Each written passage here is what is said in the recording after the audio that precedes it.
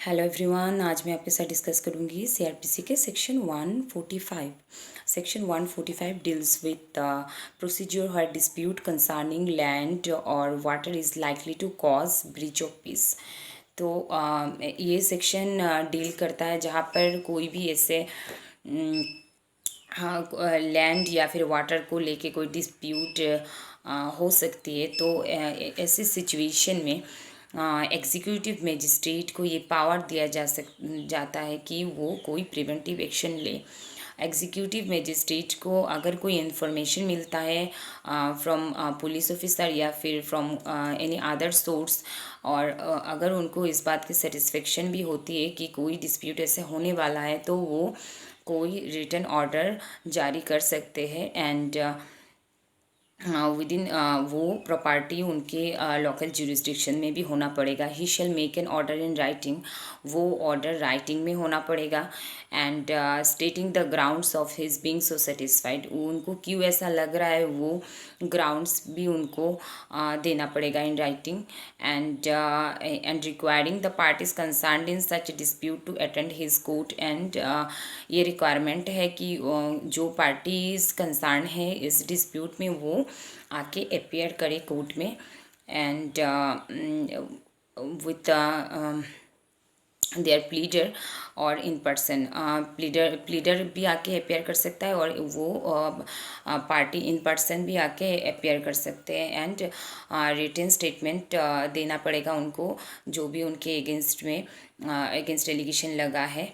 And for the purpose of this section, the expression land or water includes buildings, markets, fisheries, and other profits of any such property। और कोई भी profit अगर हो कोई property का, तो इसमें क्या क्या इंक्लूड किया गया है? Buildings, markets, fisheries, and crops and rents or profits of any such property। तो इसमें ये भी कहा गया है कि एक copy of such order shall be served in manner provided by this code for the service of summon. तो समन को जैसे सर्व किया जाता है अंडर दिस कोड, ऐसे ही वो ऑर्डर को भी सर्व किया जाएगा। एंड अपन सच पर्सन और पर्सन्स एज द मजिस्ट्रेट में डायरेक्ट। एंड एक कॉपी उसका कोई भी कॉन्स्पिशियस प्लेस में लगाया जाएगा, प्लेस एट और near the subject of dispute. जो भी डिस्प्यूट की प्लेस है, जहाँ पर भी प्रॉपर्टी है, वहाँ पर कोई भी कॉन्स्पिशियस प्लेस में जहाँ पर हर किसी का नज़र जाए वहाँ पर एक नोटिस लगाया दिया जाएगा। एंड इस सेक्शन में मजिस्ट्रेट टाइटल किसके पास है इस प्रॉपर्टी का, इसके बारे में इतना डिटेल में नहीं जाते हैं। एंड किससे ये ख़रीदा गया है, कौन इसका ऑनर है, इसमें इतना डिटेल में नहीं जाया जाता है। तो इसमें ये देखा जाता है कि पोजीशन किसके पास है। एंड अगर इंफॉर्मेशन मिलने के तुरंत 2 महीने बाद किसी भी पर्सन को उस प्रॉपर्टी से फोर्सिबली निकाला जाएगा, तो ये मान लिया जाएगा कि उस पर्सन की ही पोजीशन में ये प्रॉपर्टी है। एंड कोई भी पर्सन इंटरेस्टेड, जिसका कोई इंटरेस्ट हो, पर्सन इंटरेस्टेड और any party so required to attend, अगर वो ऐसे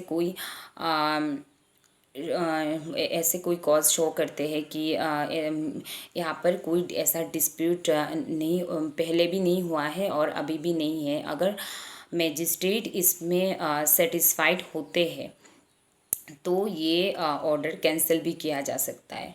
एंड अगर ये प्रोसेस चलते हुए, ये प्रोसीडिंग, कोई भी पार्टीज़ का मौत हो जाती है, किसी भी पर्सन का, कोई भी पार्टी के, तो लीगल रिप्रेजेंटेटिव उस केस को आगे लेके जा सकता है। एंड अगर if the magistrate is of opinion that any crop और other produce of the property the subject of dispute in proceeding under this section pending before him is subject to speedy and natural decay।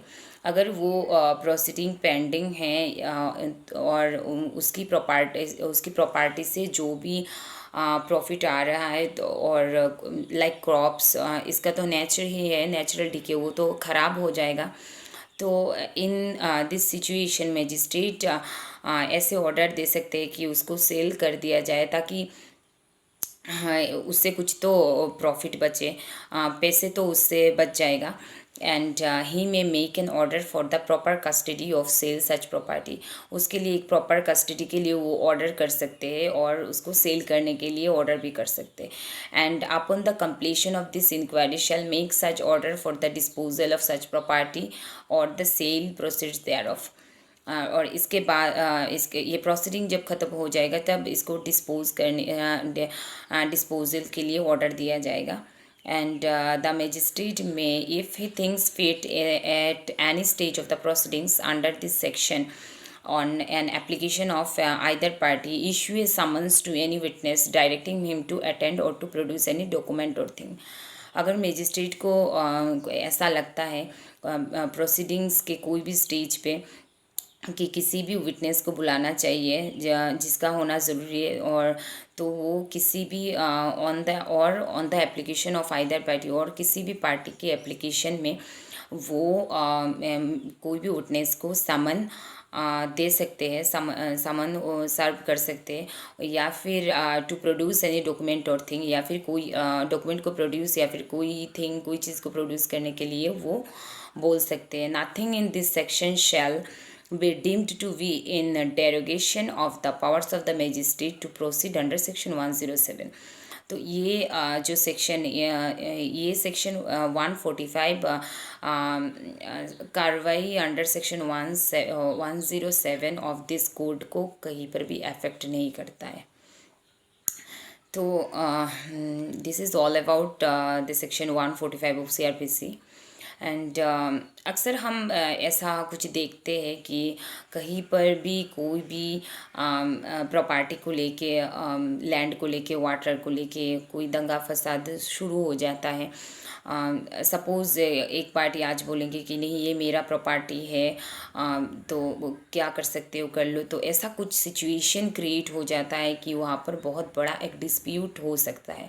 तो इस चीज़ को ही रोकने के लिए executive magistrate को under this section power दिया गया है कि वो कोई भी ऑर्डर जो कि इसको प्रिवेंट करने के लिए ज़रूरी है ले सकते हैं। एंड उसके लिए उनके पास प्रॉपर इंफॉर्मेशन होना चाहिए, एंड उनको ये ऑर्डर रिटन में देना चाहिए और उनकी जुरिस्डिक्शंस में होना चाहिए। तो ये है ये सब essentials of this section. And जो भी नोटिस या फिर ऑर्डर जो भी वो सर्व करेंगे वो एज इट इज़ समन की तरह ही सर्व होगा अंडर दिस कोड, जैसे समन सर्व किया जाता है। लेकिन इसका एक कॉपी उनको वहाँ पर भी चिपकाना पड़ेगा जहाँ पर वो प्रॉपर्टी है, और ऐसे जगह पर जहाँ पर सबको दिखे, कॉन्स्पिशियस प्लेस। एंड ये सेक्शन पोजीशन से डील करता है, ना कि टाइटल से। तो this is all about section 145। I hope कि ये आप लोगों को समझ आएगा।